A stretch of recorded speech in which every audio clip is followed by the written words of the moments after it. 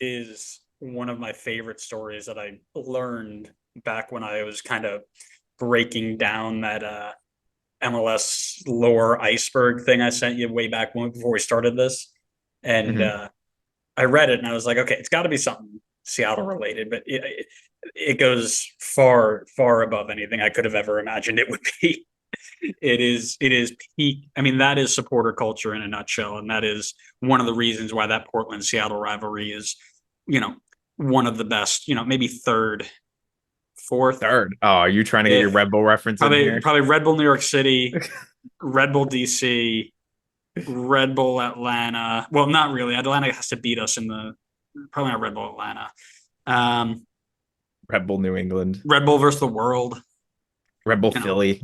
Red Bull, Red Bull Philly. They want us to be rivals so bad. There you go. There's your Red Bull reference. Um, Yeah. yeah, no, just their supporter culture goes crazy over there because it's Both of the them. Both only. sides go crazy. Oh yeah, and because it's one of the only. It's the longest lasting, right? And we talk about, oh, why don't we have such deep rooted supporter culture? Well, because most teams started 10 to 15 years ago, right? But Seattle, Portland have been doing this for half a century now, probably longer, right? Hmm. That is why I have no doubt in my mind that we will get to a point where that is commonplace all over. Just a couple more decades, unfortunately, but that's the way we got to do it. That's the way we're building it up. That's okay. Yeah. Yeah. I mean, both these are two of the best fan bases in all of MLS. Oh, Constantly easy. have insanely good crowds, and it makes the rivalry so much better. So, yeah, I mean, hopefully, I would agree with you that I think that's the way it's probably going to shift, and it's like eventually we're going to consistently get supporters groups like this and crowds. But I think the one trade off, the bad thing I would say about the game growing so much and getting bigger crowds is I don't think you get to see like some of this crazy like smaller stuff happen anymore. Like there's no chance that they're carrying a casket into the stadium to like represent the death of like their rivalry with their other team. Like nobody's getting away with that nowadays, unfortunately. So I'm sure we'll find new stories and things like that. Like of course we still see stories all the time. We talk about it in the group chat, but like I feel like there's certain ones like this that you're just not going to be able to see anymore. Yeah, yeah, and that's a totally fair point. And one of those things that there is that argument that's been going on about like, oh, what should MLS allow and what shouldn't they allow? Flares and tifos and flags and whatever. You know, that always is going to be what determines how far we can take it. Comparative to Argentina and Brazil and like those kind of crazy places. But at the end of the day, I don't think that you're at all seeing a decrease. I mean, I grafted out a couple months ago just because I was bored. I had nothing else to do in my apartment waiting for things to show up. And I think outside of the COVID years, we've had increases in not both average and like team over team year over year for like half a decade now. And you see it in the way that these fans are showing up and truly supporting the group, not just, oh, I'm showing up for a day out, right? Like it is a really nice thing to see, and I'm really excited to see where it goes from here. Yeah, Now, and I'm excited to see where you go with your story. see, I was about to go transition to say, hey, it took a while. It's going to take a while for MLS to see more rivalries like that, but they're okay with waiting because they had to wait over 2 decades to see a goalkeeper goal in their league. Nice. Good Yeah. transition. Yeah, better than I wonder where you're going to go with it. Because listen, everybody loves a good goalkeeper goal, right? And if you ask any goalkeeper in the world, speaking as one, they will tell you that they are actually the world's greatest number nine. Kylian Mbappe can hold this, and nobody finishes off chances like a goalkeeper could.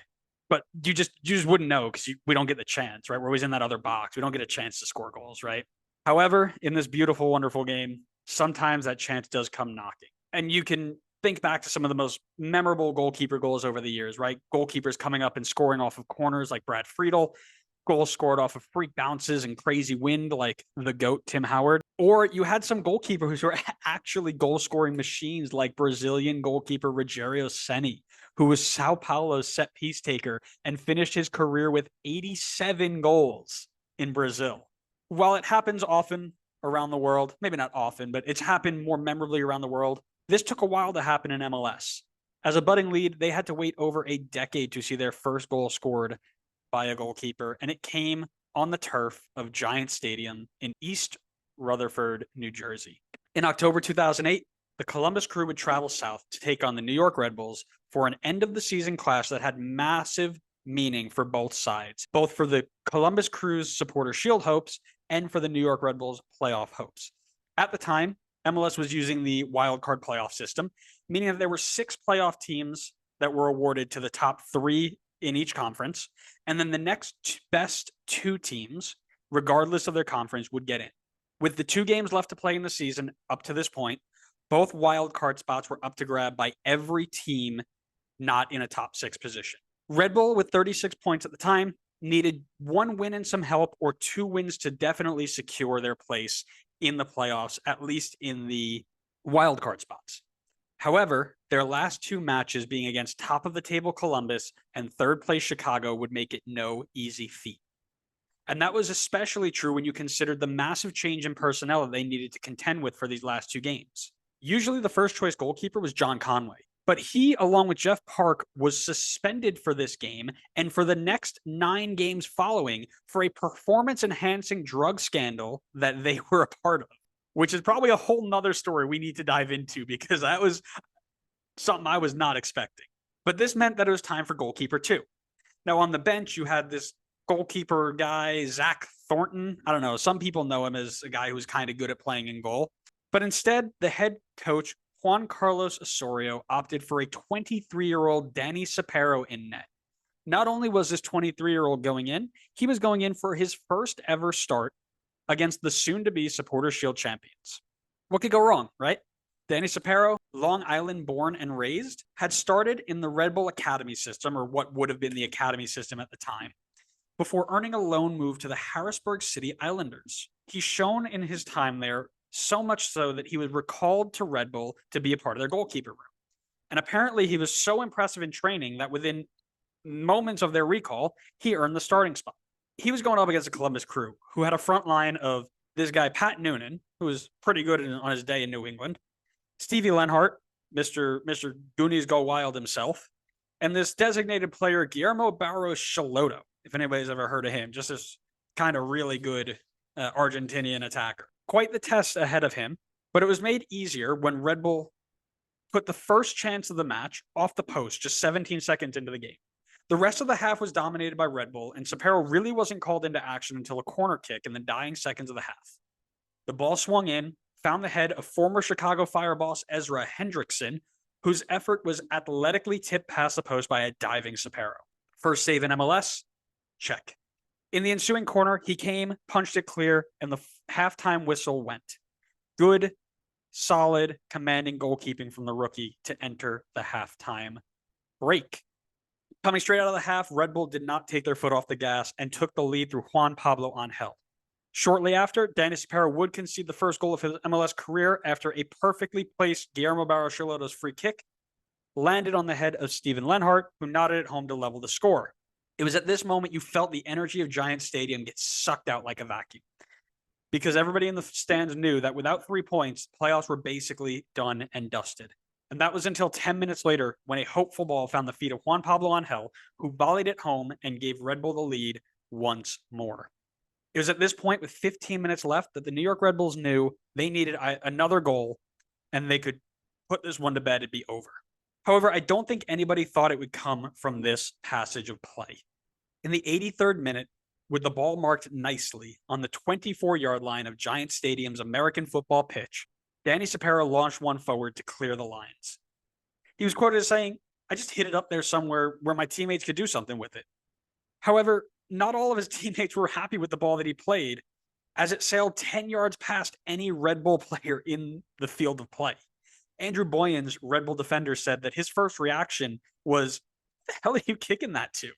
He was actually pretty disappointed because it was going straight down the middle.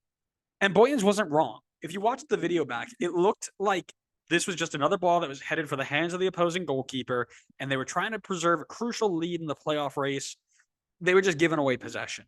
But as the frames tick on, you see Columbus goalkeeper Andy Greenenbaum slowly creep forward out of his 6-yard box up to the PK dot, and something looks off. The positioning of the goalkeeper based on the flight of the ball just isn't quite right. something looked wrong, and there was something wrong. As the ball struck the ground, it flew up and over Greenenbaum's outstretched arms as he's retreating back into his goal, off his fingertips and into the net. The team rushed over to a very shocked and really confused Danny Cepero to celebrate. And it actually makes sense he was confused because according to Cepero, he didn't even know it went in. He had to ask Kevin Goldswaith if the ball went in and if he gets credit for it. The game would continue on with Red Bull still needing to see out the game to keep their playoff hopes alive. Danny played his part, making one final diving save in the 90th minute to keep the 2-goal lead. Red Bull would go on to see the game out 3-1 and finish the day in possession of the first wildcard spot. Though they would go on to lose the last match of the season, they did get a ton of help with Colorado and Dallas drawing their games and DC United losing, meaning that they would make the playoffs as the second wildcard spot in 2008. And if you don't know what happens from there, I suggest you subscribe and stick around because we will be telling that story very, very soon. Danny Cepero had a dream start to his rookie debut, one that you couldn't even write. However, in true Red Bull ways, Danny Cepero would not be around for long. After an impressive end to the 2008 season, he played in 13 more matches in the dreadful 2009 year. He won 2 of those games, drawed 3 of them, and lost 9 times, conceding 21 goals. He was let go at the end of the year, but for a brief moment, he gave Red Bull hope that they hadn't felt in quite some time. Thanks to some performance-enhancing drugs, a bold coach, and a goalkeeper goal from over 80 yards away, from Red Bull land to you, thank you, Danny Cepero, for just a little bit of hope in 2008.